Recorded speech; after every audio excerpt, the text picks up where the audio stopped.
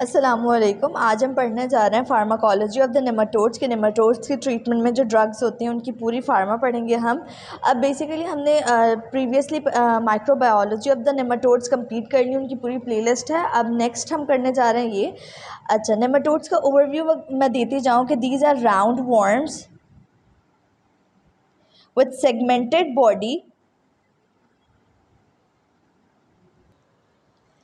with complete digestive system। Anus to mouth, mouth to anus इनका complete digestive system होता है।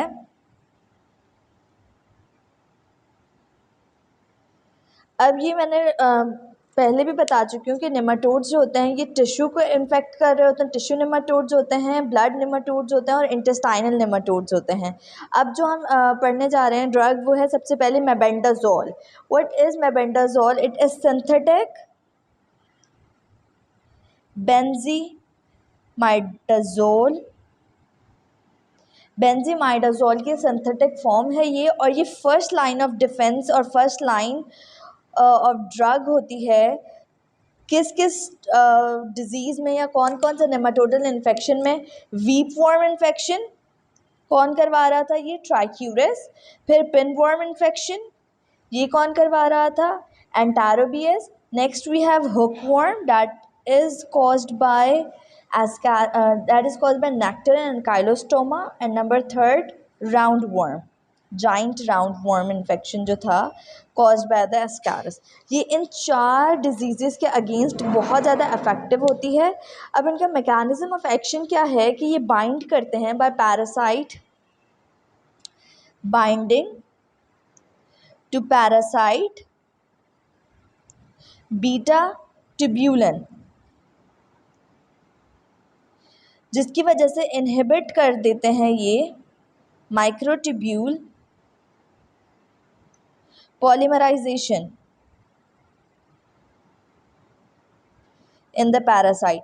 Basically क्या है, ये बीटा ट्यूब्यूलिन से बाइंड करते हैं, उसकी मूवमेंट को इनहिबिट करते हैं। ये बीटा ट्यूब्यूलिन एक उनकी माइक्रोट्यूब्यूल जो साइटोस्केलेटन प्रोटीन है, उनकी स्केलेटन की जो प्रोटीन्स हैं उसको इनहिबिट करते हैं।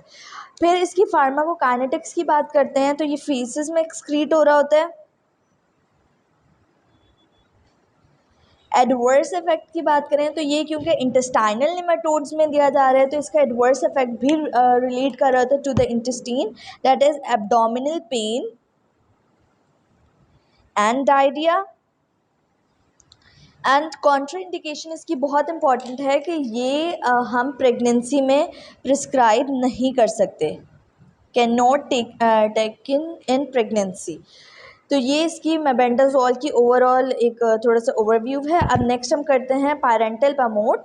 अच्छा, एक और बात मैं बताते चलो, मेबेंडाजोल को कमर्शियली कैसे सेल किया जाता है वो दिखाती हूँ मैं आपको।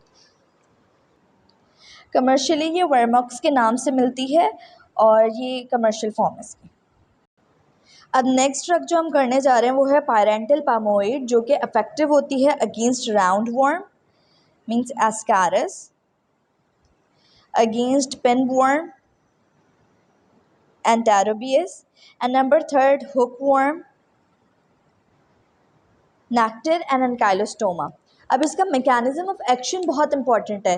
ये क्या कर रहा होता है? It act as depolarising neuromuscular blocking agent. Depolarising neuromuscular blocking agent. अब इसका काम क्या होता है? ये 2 तरीके से काम कर रहा होता है। नंबर 1 कि ये एसिटाइल कोलिन का रिलीज इंक्रीज करवाएगा, increase release of acetylcholine. And number 2 inhibition of cholinesterase, यानी एसिटाइल कोलिन भी बढ़ रहा है और उसको डिग्रेड करने वाला कोलिन ईस्टरेज एंजाइम भी कम है। तो किसकी क्वांटिटी इनडायरेक्टली बढ़ रही है? एसिटाइल कोलिन की। अब एसिटाइल कोलिन बढ़ रहा है तो it will leading to the paralysis of the worms and subsequent expulsion. कि एसिटाइल कोलिन बढ़ा, उसने पैरालिसिस करवाई मसल्स की एट द न्यूरोमस्कुलर जंक्शन और it led to the expulsion. तो एज अ रिजल्ट हमारे पास क्या हुआ? Paralysis of worms and subsequent expulsion. इसके एडवर्स इफेक्ट की बात करें, again it is against the intestinal nematodes, तो इसका एडवर्स इफेक्ट भी वहीं पर आता है as nausea, vomiting and diarrhoea.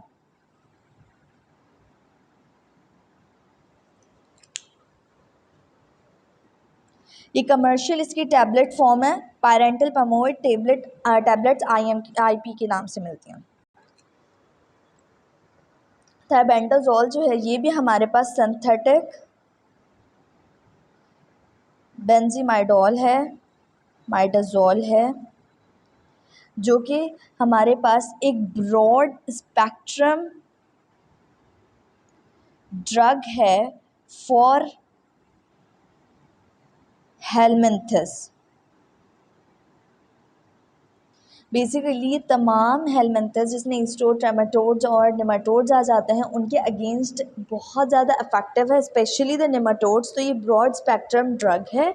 इसके बारे में ये है कि ये हम क्यूटेनियस लार्वल मार्जिन, जो एक सिचुएशन थी जो कि हो रही थी, क्यूटेनियस लार्वल मार्जिन, जो कि किस किस में हो रहा था, एक हो रहा था ये एनकाइलोस्टोमा एंड नेक्टर में, और दूसरा ये हो रहा था इन द स्ट्रोंगाइलॉइड्स में। उसमें जो ये डिजीज़ थी क्यूटेनियस लार्वल मार्जिन, इसमें हम इसको देते हैं एज टॉपिकली ये यूज्ड हो रहा होता है किस चीज़ को ट्रीट करने के लिए, क्रीपिंग इरप्शन को। मैं दिखाती हूँ वो आपको क्या होती है। ये थाइबेंडाजोल ऑइंटमेंट है जो कि ट्रीट करती है this cutaneous larval margin, this creeping eruptions. ये देख रहे हैं आप, स्टमक पर हो रहे हैं ड्यू टू द वर्म्स, पैरों पर हो रहे हैं वर्म्स की वजह से, तो इसको ट्रीट करने के लिए यूज़ होता है। अब नेक्स्ट हम जो ड्रग पढ़ने जा रहे हैं डैट इज़ आइवरमेक्टिन। आइवरमेक्टिन जो होती है ये भी हमारे पास treatment of the cutaneous larval margin में यूज़ हो रही है। और ये क्यूटेनियस लार्वल मार्जिन हमें कौन कौन से नेमाटोड्स में मिलते हैं, ऊपर भी मैंने थाइबेंडाजोल में भी बताए हैं, स्ट्रोंगाइलॉइड और नेक्टर एनकाइलोस्टोमा, और same for the ivermectin use in the cutaneous larval margin, इसकी वजह से हो रहे होते हैं ये। सेकेंडली ये यूज हो रहे होते हैं रिवर ब्लाइंडनेस में, और ये रिवर ब्लाइंडनेस जो होती है ये एक टिश्यू नेमाटोड से हो रही होती है, that is onchocerciasis. Onchocerciasis river blindness cause करता है और उसमें ये यूज हो रहे होते हैं। और थर्ड वन ये यूज़ हो रहे होते हैं पेडिक्यूलोसिस, मतलब जो लाइसेस होती हैं उनके अगेंस्ट ये इफेक्टिव होते हैं उनको ट्रीट करने के लिए, और स्कैबीज़ को ट्रीट करने के लिए। तो ये इसकी तीन जो है वो ट्रीटमेंट की थेराप्यूटिक यूजेस हैं कि cutaneous larval margin, river blindness and pediculosis and scabies. Mechanism of action की बात करें तो इसका मैकेनिज्म ऑफ एक्शन बहुत इंपॉर्टेंट है कि ये टारगेट करता है ग्लूटामेट गेटेड क्लोराइड चैनल्स। अब ग्लूटामेट गेटेड क्लोराइड चैनल्स को जब ये टारगेट करता है और उसकी वजह से ये कॉज करवाता है क्लोराइड का इन्फ्लक्स, इन्हेंस करता है क्या, इंक्रीज करता है क्लोराइड इन्फ्लक्स। और जब हमारे पास क्लोराइड अंदर ज़्यादा हो जाएगा तो it will lead to hyper polymerisation, and due to this hyper polarisation क्या होगा कि हमारे पास पैरालिसिस होगी and death of worm. Pharmacokinetics की बात करें तो it is used orally, blood brain barrier को क्रॉस नहीं करता, ओरल यूज्ड है, do not cross blood brain barrier. और कॉन्ट्राइंडिकेशन की बात की जाए तो इट इज़ प्रेगनेंसी, के प्रेगनेंसी में इसे यूज़ नहीं किया जा सकता।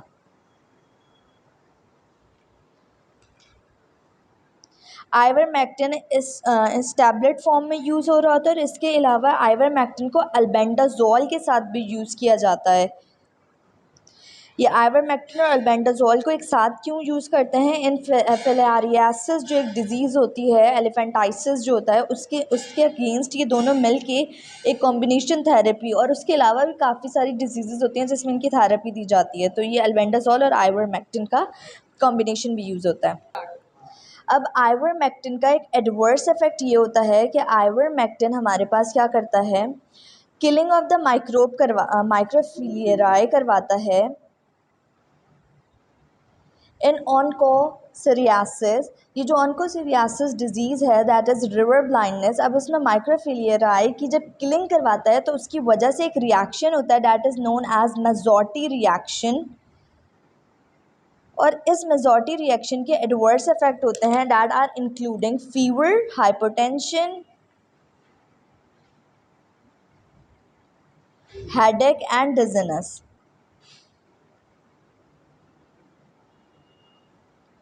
ये आइवरमेक्टिन का एडवर्स इफेक्ट है, मेजॉटी रिएक्शन। अब नेक्स्ट हम पढ़ रहे हैं डायथाइल कार्बामाज़ाइन। इसके बारे में बात की जाए तो ये सिर्फ इसमें यही इंपॉर्टेंट है कि डायथाइल कार्बामाज़ाइन जो है वो इफेक्टिव है towards the tissue nematode that is wuchereria bancrofti that is causing filariasis. Wuchereria bancrofti causing filariasis, ये टिश्यू नेमाटोड है, उसके अगेंस्ट ही एक्टिव होता है, और ये इसका मैकेनिज्म ऑफ एक्शन क्या होता है, it also kills microfilariae and activity against adult warm.